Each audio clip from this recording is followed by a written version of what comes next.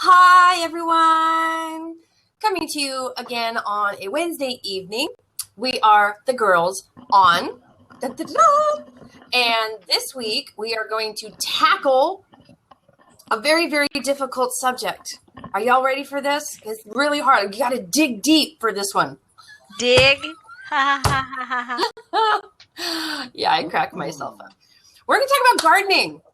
Yay! Because it's springtime, right? So we've already done the whole clean out your closet thing. So now let's talk about weed the garden, getting out the weeds, making things grow, what to plant, what not to plant, what to expect to do well, what expect to not do well. Because it's going to be one of those kind of springs. I can already tell you. On my side of the coast, my side of the world, I can tell you it's going to be one of those kind of springs. Let me start by saying these, I was actually going to put face paint on them, are not green. These are not green. Me neither. I don't typically do well. I have killed pretty much everything under the sun at least once. Since moving into this house, I've actually gotten kind of good. Like, I had to hire a gardener, and they do the most of the work. But I've pruned my own rose bushes. I came in with the thorns all up in my arms to prove it too. So, I've done a little bit of work, and I have 3 succulents that I've had since September, and 2 of them are still alive. Ooh. So, one of them I'm trying to redo. That's a good thing. But one of them is super flourished. I mean, it's doing really, really well. And for a succulent, right, they're pretty disposable because it's just a succulent. So I'm pretty impressed with myself right now, gotta say. You should be. For someone who's really bad at gardening. So I'm really excited, and I was kind of hoping we get more people in on this one because I really, really do want to hear other people's tips and tricks and whatnot, because I'm going to need that as I get more comfortable with going out and, doing work in my garden so that my gardeners don't have to do it all the time. Well, I can tell you, we just planted our first vegetable garden. Yay! And my husband discovered that we have a couple of raspberry bushes on the side of our house. Oh, I want to come out there and pick some. So that was a nice bonus. Yeah, so we bought a couple of little lattices to tie the raspberry bushes on because they're kind of like viney and all falling over. And so we did that. And then pretty much... So we planted everything last weekend because it's been warm here. That could be early for like the, Northeast. But for us, we were able to plant stuff because it's been warm and it's probably going to stay warm. But something my husband did, which we found out when we went to the fancier garden store, was the right thing to do. We cleaned out this old garden that was already there. And he put down like fertilizer, with like chicken manure and God knows what else in it. But he did that like 2 weeks ago because I guess it gives it a chance to like absorb into the soil and kind of prep it. So then we planted, well, we did plant some seeds. We planted carrot seeds, but everything else was like little plants. So we did onions, broccoli, cauliflower, summer squash, zucchini, wow, some littler peppers. Oh, jalapenos. I forgot about those. And then 3 types of tomatoes. So, yeah. Yummy. Wow. It's a garden. Yeah. It's like a real garden. Not a fake garden like mine. Megan, did you freeze? Oh, yeah. We'll see how it goes. She did, but... I can hear you, Coach Mo, but your camera part freezes, but your voice has been fine. So your voice has been fine and your face is freezing. I don't know what's going on. Blab's being so weird today. Blibbity blab. I'm weird. Well, I don't have a green thumb, but I have a green nails for the show. For like Earth Day and stuff. Oh, do you have any pretty. Gardens or anything?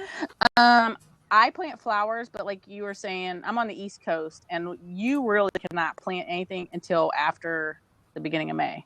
If you plant it before the beginning of May, it's going to die. Like Memorial Day. Well, that is the truth. Yes, maybe even around Memorial Day. You have to really wait because we have the weirdest frosts in the beginning of May or middle of May or something. So I've learned that lesson the hard way. And one year, my daughter planted tulips in the.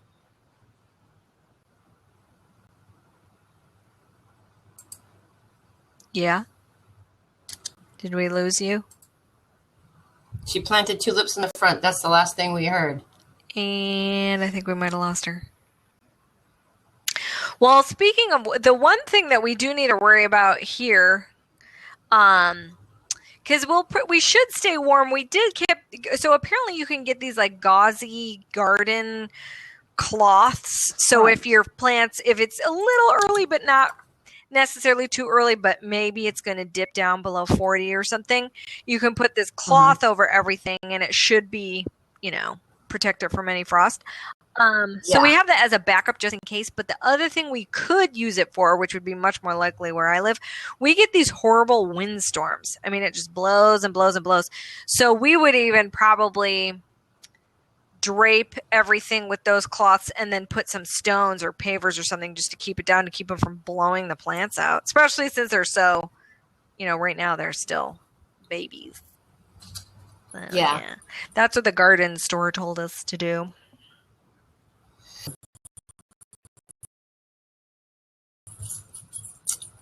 The critters will come and dig up all your seeds and all your roots because they like the roots. Yeah. Yeah. That too. So as each thing starts to root, that's when you're going to find that you're going to lose chunks of the garden. So I'm excited to see how the onions do. I guess my parents did do leeks growing up, but I don't think we did regular old onions, so that'll be interesting. I'm just hoping we can make some salsa or sauce or something, because you know how it is. You always get way more than you need. So no, I don't know how it is. Well, I don't grow anything. My parents had a garden. I have roses in the front, and I have a lawn in the back. And there's 2 trees that I was pretty sure we're not going to make it through this last winter season. I'll tell you what. Oh, really? But thank goodness we have the gardeners. Seriously. We had to, we got, from Dan's cousin's wedding, we got 2 plants. They're centerpieces, like potted plants, because they're very earthy couple. So we took these potted plants home. And one of them kind of looked like a mini Christmas tree. It's gone. Was it an indoor plant? Well, it's not supposed to be. And Megan put it in her room. My Megan, my teenager, she put it in her room, and there it sat with no water, no light, no food, no anything for a long time. Let's put it that way, a long time. So there it died. But I put it outside thinking, well, maybe I can save this. Mine came home from the wedding and it went outside in the backyard, but it has been sitting in the pot. But it gets watered because it's close enough to the lawn that when the sprinklers come on, it gets watered. And then over the winter, it was just this dry brown stick sitting in the middle of a pot. And I went, yeah, now they're both dead. That's great. Well, my bush came back. The stick has green leaves coming all out of it. So I was thinking, well, maybe we could save the little fir-like looking one too. It is still brown as a bear. That one probably did not make it. No, I'm fairly certain that one is a goner. So that's been the interesting thing as spring has sprung, because there was a lot of dead looking stuff, which most of it turned out to be dead at the house we moved into. But there are a couple of, I think they flower, because the dead flowers were just kind of stuck on there when we moved in. And I plucked them off and it was just sticks. And I was thinking to myself, we're going to have to probably pull this out. But it's leafing out now. So I think it's just alive and it's just hibernating for the winter. So we'll see what it actually flowers to see if we can tell what the heck it is. Because I'm honestly not really sure. Yeah. Sounds like, was it leafy? Just no blooms after you deadheaded it? Was it still leafy? There was, when we moved in, there was just these dead flowery bunches, little flower clusters. So I plucked all those off, and then now the leaves are growing in. No flowers yet, so we'll kind of find out what it might be. Sounds like it might be a bougainvillea. I should Google that. Oh, don't ask me how to spell bougainvillea, though, because I can't. Well, and we had speaking, this isn't really gardening per se. Well, but yeah, we had to also. Oh. Uh-oh. I found it. We had this really nice tree in the front, but it had gotten like partially tipped over in a windstorm. So, of course, right before we moved in, like the previous owners, they briefly, like for a month, had it staked. But then we had our tree person come in and they're like, yeah, you have to stake that for like a year. It's got to grow roots. Because sure enough, like shortly after we moved in, it fell over again. So they staked it, so it'll just stay staked. We've had it staked since we moved in. We'll probably have it for a year as it grows its roots. The bougainvillea. Bougainville plant. So our bougainvillea came up a trellis, and then it outgrew the trellis. So now it's growing out and over the sidewalk. So what we need to do is we need to extend the trellis somehow, either with twine or more lattice to give the bougainvillea somewhere to go up. Because it's right next to the front door, but like, the entryway alcove, I guess is what you would call it in architectural terms. But that's where our bougainvillea runs up the side of the building next to the front door. And because it doesn't go all the way up, the trellis stops about 6 feet. The bougainvillea got to 6 feet, and now it's just like climbing over the sidewalk. And I don't know if you know this, but bougainvilleas have thorns that are actually just as nasty, if not nastier, than roses. They're long and they're thin and they are painful. So people walk to our front door and they get scratched. Oh no! So we have to keep the bougainvillea like super, super, super cut back. If we let it get out of control, people I can't get to the front door. People will call me, standing about 6 feet away from your front door, but I can't get there. So peonies do really well here in Northern California. The whole front planter at the base of where the bougainvillea is, it's all peonies, and they do really well here. You know what else makes a really nice ground cover and gives blossoms as well as scent? And it takes a while to take, but once it takes, it'll fill like an entire planter box as far as ground cover goes. If you don't want to have to do tan bark or gravel or anything like that, is strawberries. Oh, really? Yes. They get really big and bushy and green, and then you get the fruit all in there, and then there's little white blossoms. Yeah, I never thought about that, but that's a really good idea. It takes a couple of years for them to really take, but once they take off, man, they take off. Yeah, because I feel like I've only, like my parents did, like I've seen people do like the little pots of them, like those strawberry pots. But that's actually a really good idea. We need to figure out. They were trying to keep them contained.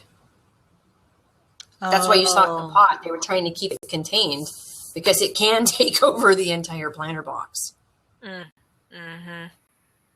That makes sense. That's a good idea. Yeah, we have to totally. Our front is funny because I looked at our house on Google Earth, so I saw pictures from whatever. I think it was.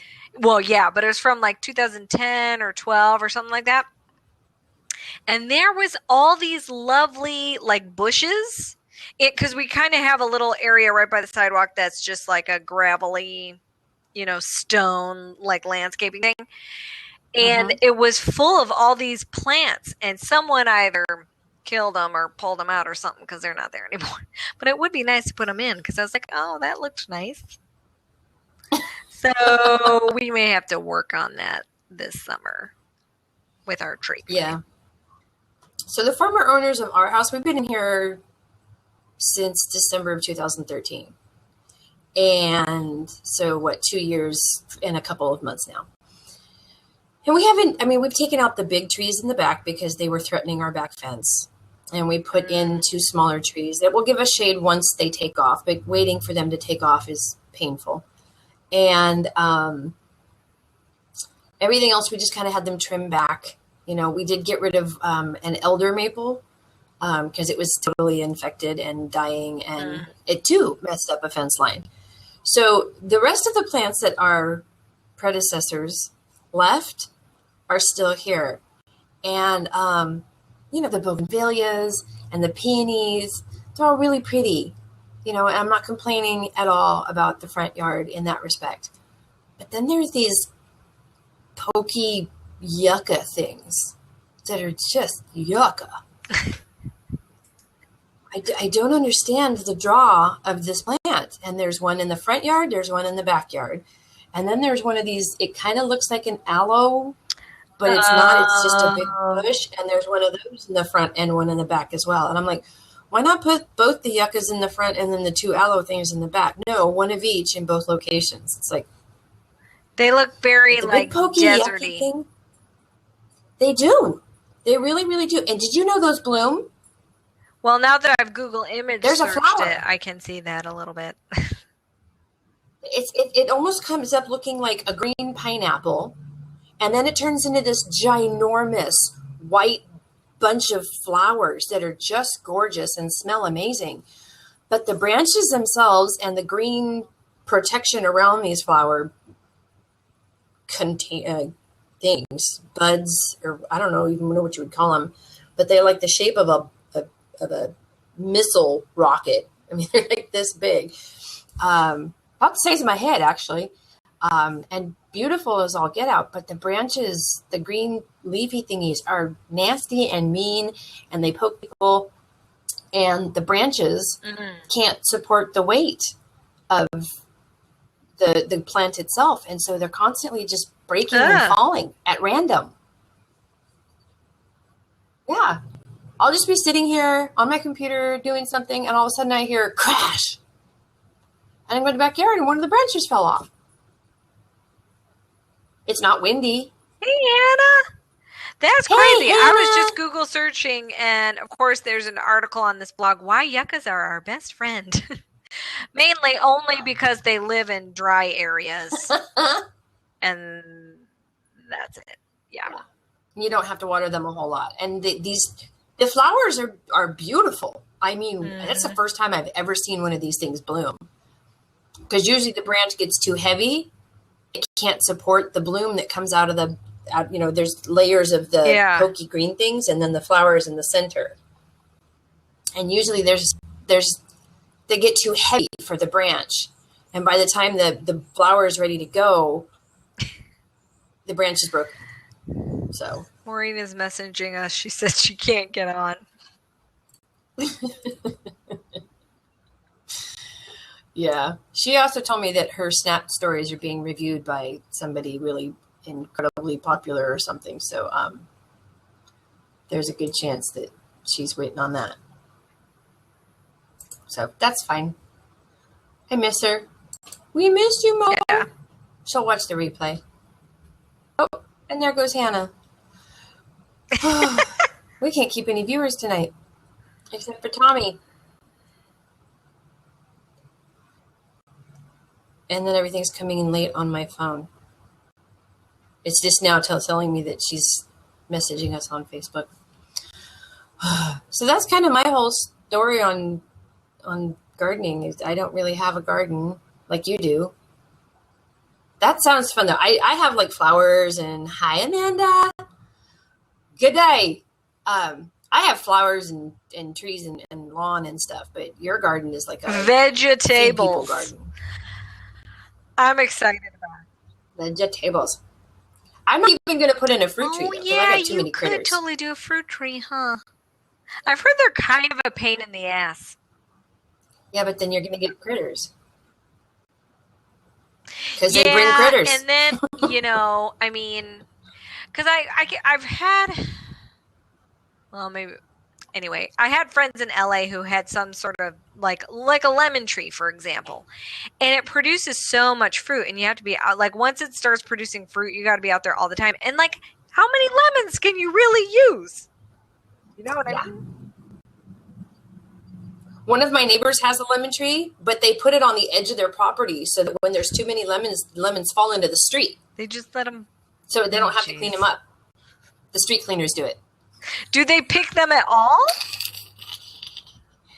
I think they do. I'm tempted. Next time I see them start to get Just like too pluck 'em big, off? right, and they're all going to start falling, I'm tempted to go and like stand underneath it with a bushel.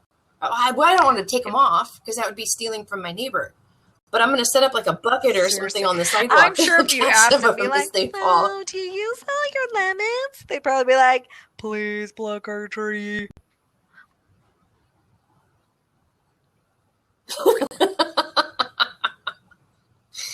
I thought about it. They're out there doing the backyard parties all the time. Every time we walk by, I'm like, one of these days I'm going to ask them, hey,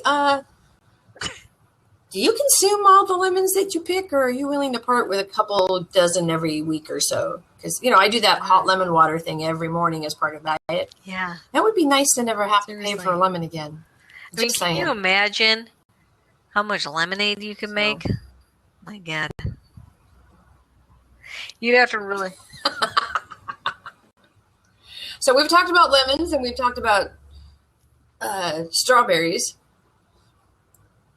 What other food items could you Well, use you in know a what I garden? think? Well, so the things I saw at the store that I just wasn't brave enough this year to do, but I want to do eventually, is there was pumpkins, like jack-o'-lantern style pumpkins you could grow, and watermelon. And I was sort of surprised. We just did not grow that kind of thing when I was a kid. We did like tomatoes and green beans and like zucchini and squash, like summer squash, zucchini, and eggplant. Those were like the main things. And we did see, well, this is the other thing, and I'm thinking we might even be able to add this because we still have room.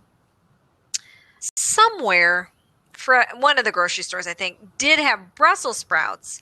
However, when we went to the like nicer garden store, which actually wasn't any more expensive, which was good, but they didn't have any Brussels sprouts. And when we asked the garden person, they said, it's a little early. And so we just don't have anything. If it's too early to plant, we are not going to carry it right now.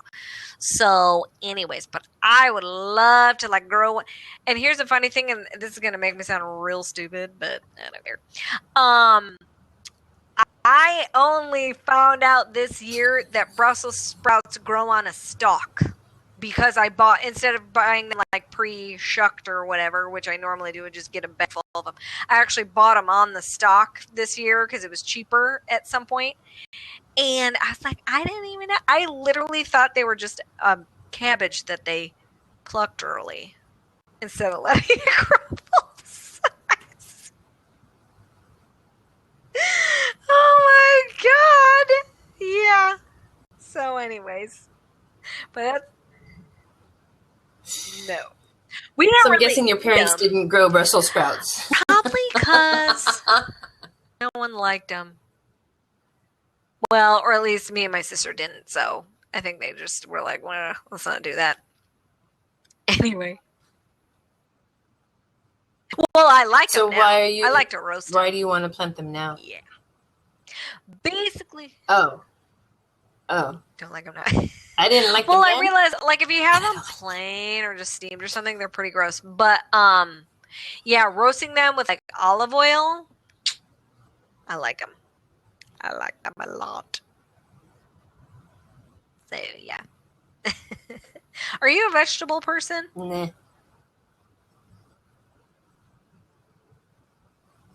Yeah, there's a lot of green vegetables that I really like. Some yellow ones that I like. Red ones that I kind of like. Yeah. I'm about a 50% veggie. About 50% of the vegetables are okay. The other half can pretty much kiss my butt. Okay. Love mushrooms. I have a friend, and I'm like, oh my God, what are you, 5? He won't eat. He likes, some vegetables or whatever, but like he doesn't like tomatoes and onions and something else like super that's basically in everything. And the funny thing, yeah, I mean, I'm not a big fan of like onions got to be done onion. a certain way. It's just too much. Just saying. It's like too much. But I mean, if you have some sauteed onions in something, it's like, oh, okay, whatever. Yeah. Yeah. But if you get like a salsa verde, why can't I think of it? Pico de gallo. Then I'm like, you just and it's like 80% onions. Blech. You know what I mean? Someone did not have their proportions exactly correct. Yeah.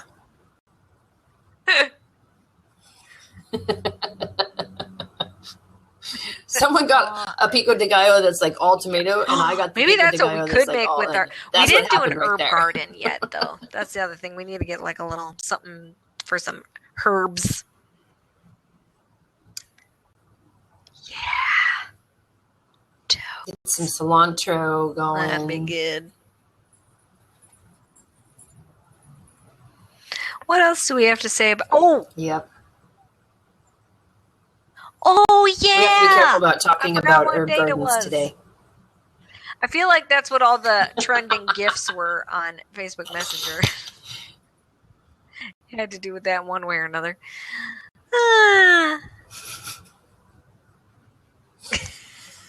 There's actually a Snapchat filter for today. What's it called? And if you're in a cool state like Colorado or Washington, more power to you. Stay away from the park today. Just saying. Yeah. I know my area is so funny because I am in Washington for all of our viewers. Yeah. But so Washington is kind of split between the west side and the east side. And the west side is Seattle and that whole thing. And then the east side, like there's a lot of, like where you have a lot of farming surrounding our sort of suburban area and stuff. So it's much more conservative. So like Seattle and that whole legalization thing has taken off much more than it has here because so many of the towns have had 500 referendums. Half of them are like, no, you can't open a shop in our town. They just don't want to deal with it. So it's not like all these shops popped up overnight. I think there's one sort of on kind of like the outs, not, there's like 3 main towns and then there's this one like extra town that's kind of part of the area, but it's more like farming. And so I think there's one there, but yeah, it hasn't taken off like it has in Seattle. So yeah.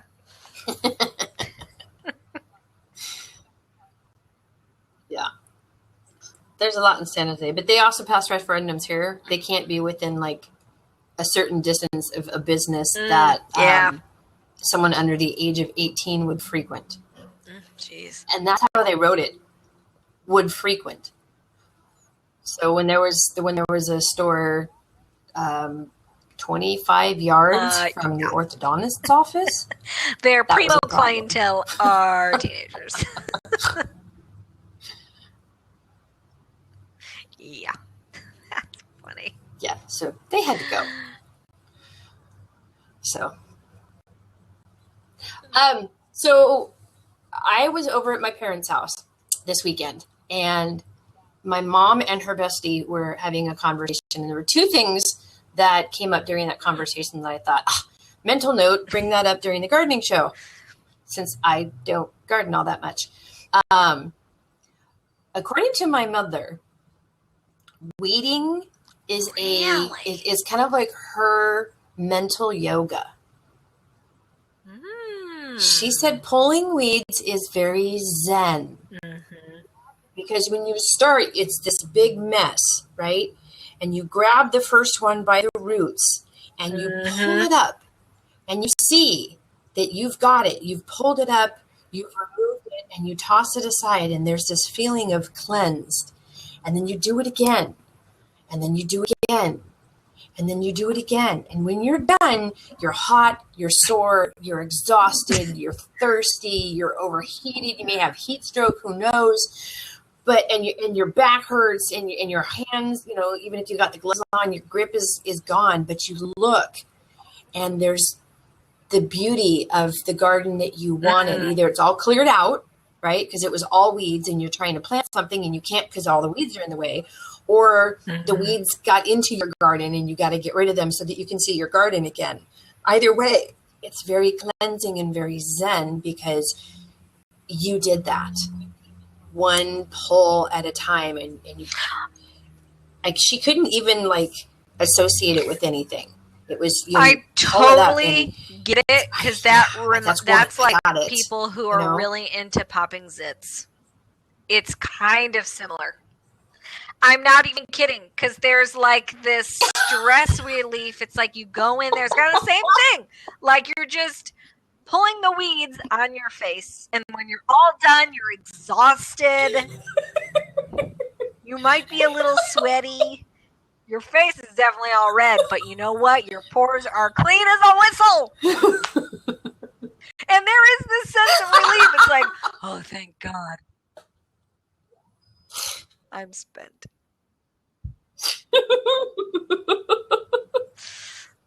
I can totally see that, though. I totally get it.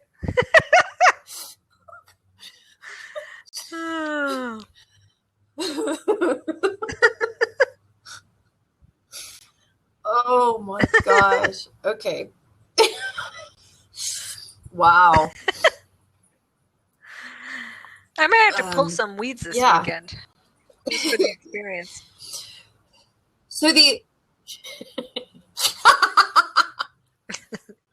I think it's a little less damaging. You just have to go to the chiropractor that week. Than zit popping. So. Oh no.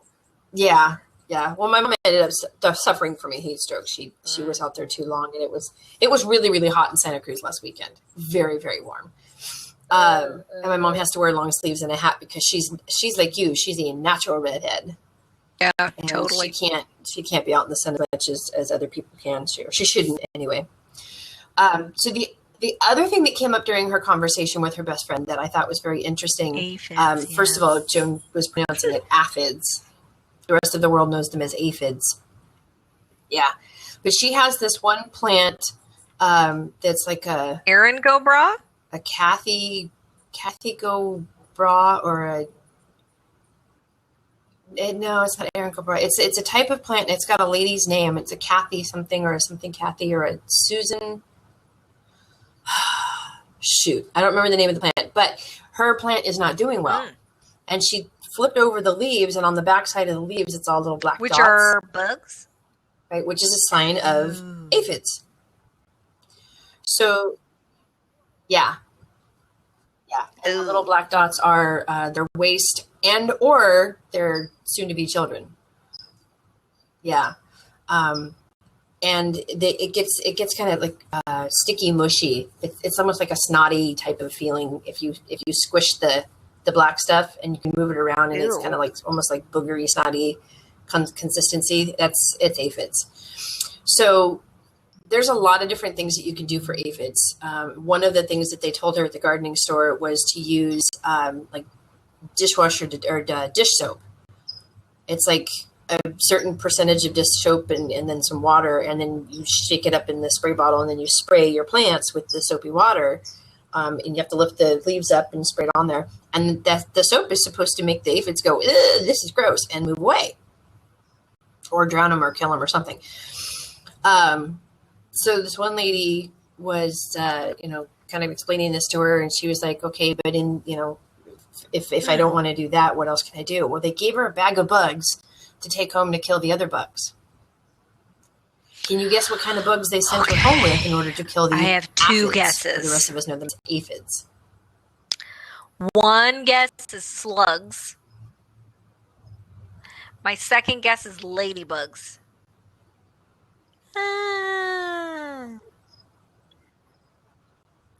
Yes.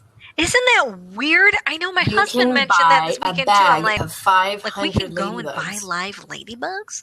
Like, yeah. Yeah. Yeah.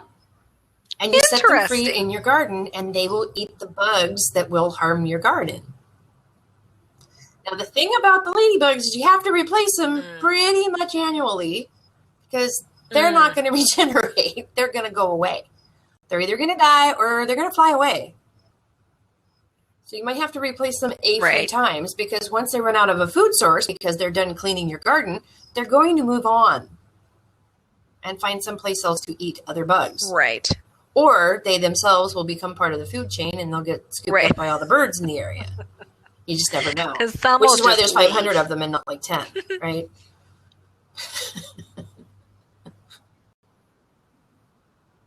Yes, some will just That's leave, cool. some will die. See, I some didn't will realize get that's what they were eaten, doing. but Okay, some of that them will makes do what you sense. want them to do. It just seems so strange to me to So. like buy a box Yeah. of bugs.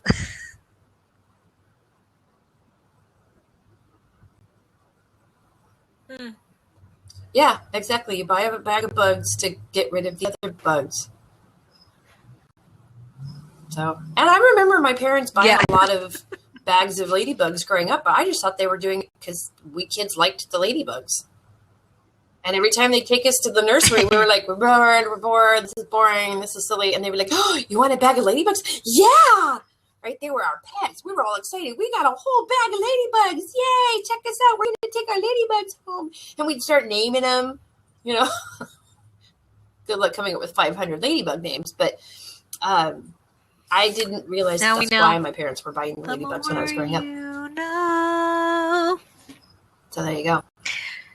So, Yep, now we side know. note, if you don't have a garden, this is a local service that I just found out that we have in our area, but they're like a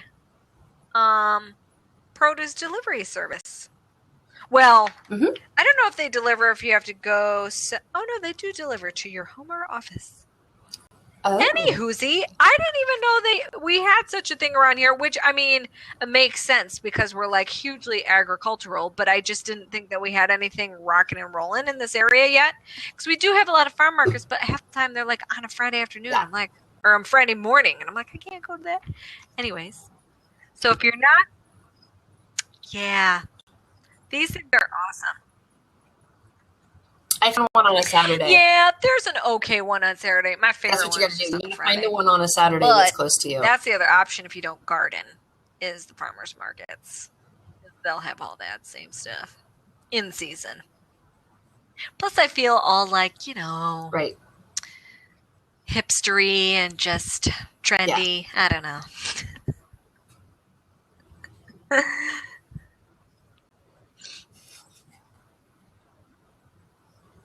I think that's what we'll do this weekend is we'll get on the train, because the train picks up like right behind my house, like right there. Like, we'll get on the train. One stop up is where the farmer's market is. So we'll just grab our bags, our new fancy steals.com bag. You're welcome, Jana. And head on up to the farmer's market, have breakfast, right? Because they've got pastries and a coffee shop and a donut guy and fruit guy and yogurt guy, and right, everybody can get what they want for breakfast. Do some shopping for the week. Try to stick with my whole, keto diet thing. No carbs, no sugars. Grab some more lemons for my lemon water since the neighbor's not giving them up. And then get back on the train and come home with our spoils. So what kind of train is it? Like, or That I would be mean, fun. meaning like what do they call it? $2 to ride the train Like for the 4 Metro hours. Rail? Oh, the BTA. The BP. V. What does that The stand VTA. for? They call it the VTA. V. Authority. Mhm. Oh, VTA. okay. Cool. Valley Transportation I know, I love public Authority. Oh, okay. Yeah. It's like in Portland. I know, but that's it's like one the- thing it's I like the miss. metro It that is runs nice through to have some Portland. like usable public Same type transportation. of trains. We just have a half-assed bus, and it's not very good. Yeah.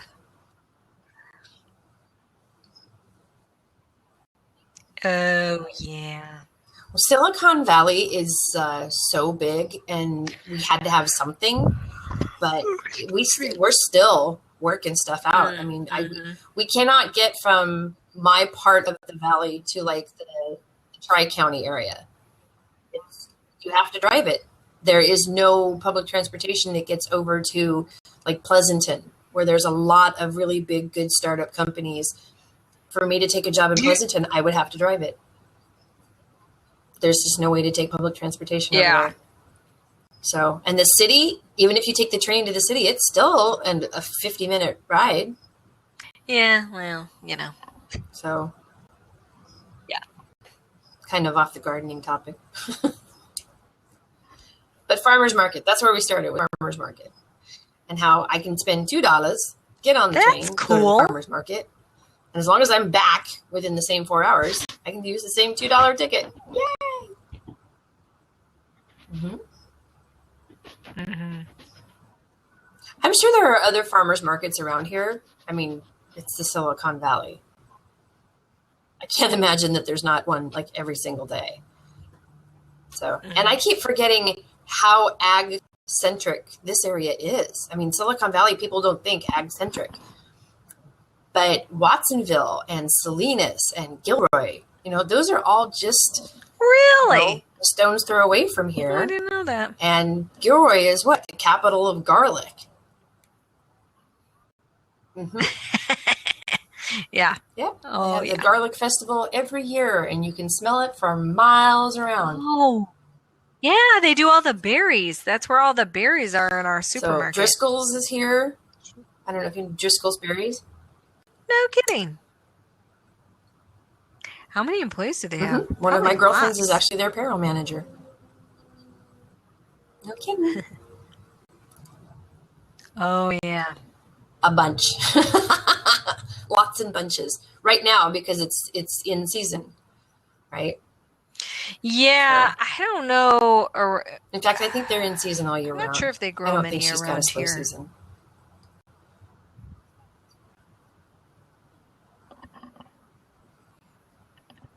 Mhm.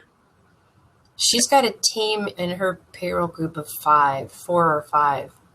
So, and when you consider dang. that most payroll teams, you have one head count in payroll for every 1,100 Yeah. employees. Wow. So they must be well over 5,000, 6,000, maybe even more than that. I don't know.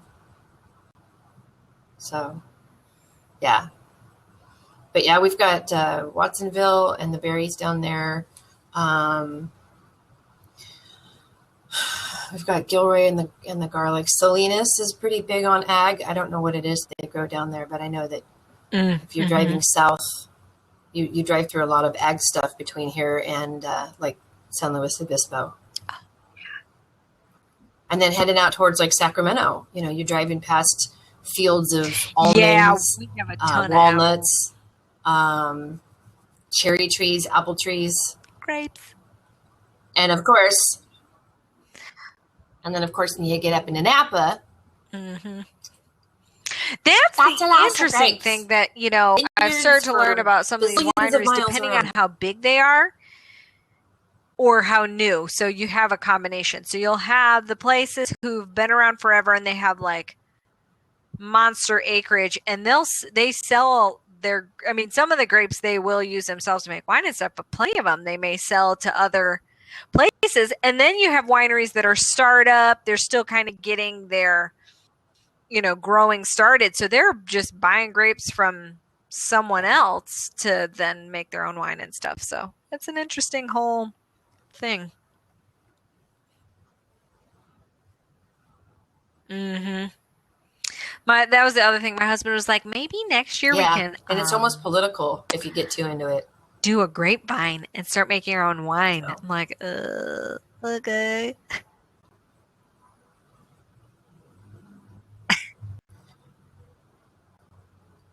So as far as making the wine part, I'm not going to tell you no. The one thing I will tell you, gardening tip-wise, that I learned because my parents had vines at the house. Good evening, Dustin. My parents had grapes growing in our backyard when I was growing up. We never tried to make wine out of it or anything, but I can tell you that the Yellow Jackets love grapevines. Love them. Love them, love them. And if you do try to turn grapes into wine, when you have your stomp or your crush or whatever you call it, when you Like turn the blood in grapes the into water juice, for sharks. Yellow Jackets for miles around. Yeah, they love that. Oh, it's crazy. Mm-hmm. It is crazy. if you can visit one of your local houses, one of your local yokels that's doing it, find out when they're doing their crush, and go be part of it. Ooh. Just know that you're going to see a gazillion ton of no, not bees, yellow jackets. They probably smell the sugar. Yeah, it's the yellow jackets. There's something about the crush. Wow, that that's just love. interesting. They just came out of the woodwork. I don't know. I just remember doing the crush in our backyard, and there were so many yellow jackets. It was freaking me out. Yeah, like every yellow jacket in all of Northern California showed up at our backyard that day, because my dad was crushing all the grapes that he had just brought back from St. Helena. Right. You just don't want to step No, we were all very, very careful, because they didn't care about us. Mm. Right? They were there for the rinds, and exactly, you didn't want to accidentally step on one. You didn't want to accidentally try to swat one. So yeah, you just have to be really careful. Right. So, and at that time I didn't know that I was allergic. That is a good I probably wasn't as scared as I would be now. Because that would freak me out. So, but they like the crush.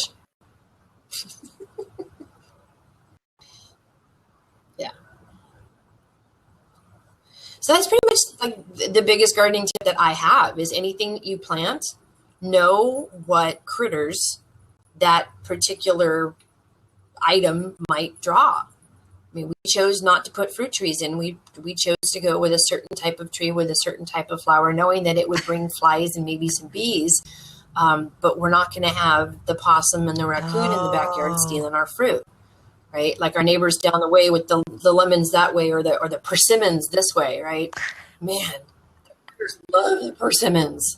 It's crazy, but they leave them half eaten on my fence. Right, the possum was going back and forth just the other night. He lives over in the creek bed, and he was walking along my fence line, and he went down to the neighbors and he grabbed a couple persimmon, and he came and he ate them right here in my tree.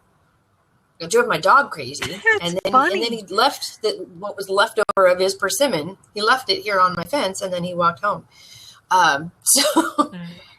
So you have to be really cautious about what you're going to plant, unless you don't care about the critters, right? If it's hey, they were here first, and I don't mind sharing, then go for it. But I care. I don't want to. I mean, I've already got enough things running around in my backyard. I don't need to add to it by planting the strawberries. As great an idea as it is, and it worked for me when I was living in Nevada, I couldn't do that here. I just couldn't do that here because I would never get rid of any of the critters ever.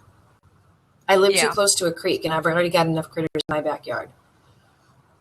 So at least we don't have deer. We don't have deer down here. Up in the mountains between Silicon Valley and Santa Cruz or Big Sur or any of those places, they've got deer up in the hills, so they have to fence off their gardens. Oh yeah, they love to strip anything they can. So and there are deer in these hills. So that would be my number one takeaway for giveaway for gardening tips. Even though I'm not a gardening expert, is be sure you know what your local wildlife is before you start planting your gardens or your flower beds or whatever, to make sure that you're not drawing the wrong kind of crowd. It's true. That is true. That is a good tip. Yeah.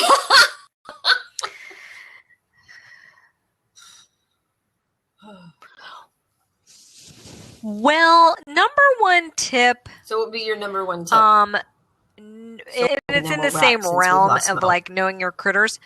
Really take stock of your, climate and your soil. Because especially, here where we are, even though it's huge agriculturally, it's got very rich soil and we get a lot of sunshine. It is dry. We're in a desert. We're in an arid area. So everyone waters their lawn, and these are things you have to know whether you're planting just plants or bushes you want to grow, or like a garden or whatever. You have to make sure your whole water situation is figured out. And especially, that's especially for plants, but then in the garden thing, because when we were trying to decide on the carrot thing, or maybe anything that's going to grow underground, especially like carrots, potatoes, even the onions. You have to know your soil a little bit too, because like if it's too rocky, then you should probably stick with like just the smaller carrots versus the ones that get bigger, and things like that. So yeah, knowing your soil and knowing your climate and being realistic about it, and knowing that if you plant something that's not necessarily meant for a dry climate, you're gonna have to water the heck out of it manually. I mean, you probably have a certain amount of sprinklers and drip system and everything else, but that would be my other hot tip. Yeah. Cool. All right. And I'm guessing Maureen's tip is make sure your internet's working. No. Actually, she sent me an IM earlier today. I think that you were on it as well. That she's kind of like me, right? We in our lifetimes we've killed just about every plant anyone's ever given us. I've killed a ficus. I've killed a cactus. I've killed a hydropod. I overwatered the hydropod. Right? I guess so. I didn't know it. If you water it too much, then the roots never grow down to the bottom of whatever it is that you're growing in, since you're not growing it in dirt. Right? If you don't let the water go all the way down, the roots will all stay up at the top, and it chokes itself off. Yeah. So my plant killed itself because I overwatered it. I know. I have killed a I can cactus kill in my college anything. days, but I've gotten better. I've managed to keep an aloe plant alive for quite some time because it doesn't take a lot of water. I think that's why. So yeah, yeah. Which Well, is and I nice. water my That's the nice thing succulents about once a week. succulents. It's Sunday morning as I make Yeah. coffee. I give them all half a cup of water. I'm like, okay, you guys are good for the week. Bye. I wish more things in my life were like that. Add water once a week. Doop, doop, doop, doop, doop. Be done. All right, so I'm going to go ahead and stop the recording. Thank you for everyone who's watching on the replay here on Blab, or if you're watching on our YouTube channel, thank you for being there as well. There will also be a short clip from today's Blab where Megan once again has Christine crying because she's laughing so hard. Weed in the So- garden. Can't wait to share that all with you. So we will see you again next. We will see you again next Wednesday when the topic I know. I don't is, either. I have no idea. We'll find out. I have no idea what next week's topic is. So Bye. who cares? Be here anyway. We'll see you then.